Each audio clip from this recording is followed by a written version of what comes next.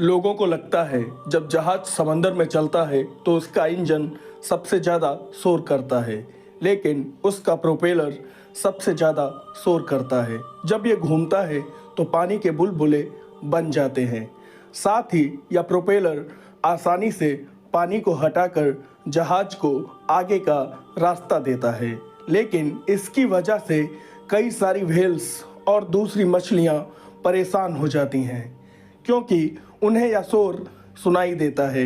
इसीलिए कभी कभी आप लोगों ने देखा होगा इस जहाज के होने वाले शोर से व्हेल्स समंदर के किनारे पे आके मरी हुई मिल जाती हैं, या तो वो बहुत ज़्यादा गहराई में चली जाती हैं जिसकी वजह से वो फट जाती हैं। अगर आपको ये जानकारी पसंद आई हो तो प्लीज़ एक लाइक कीजिए एंड चैनल को सब्सक्राइब कीजिए। मिलते हैं नेक्स्ट वीडियो में बहुत ही जल्द। Thank you.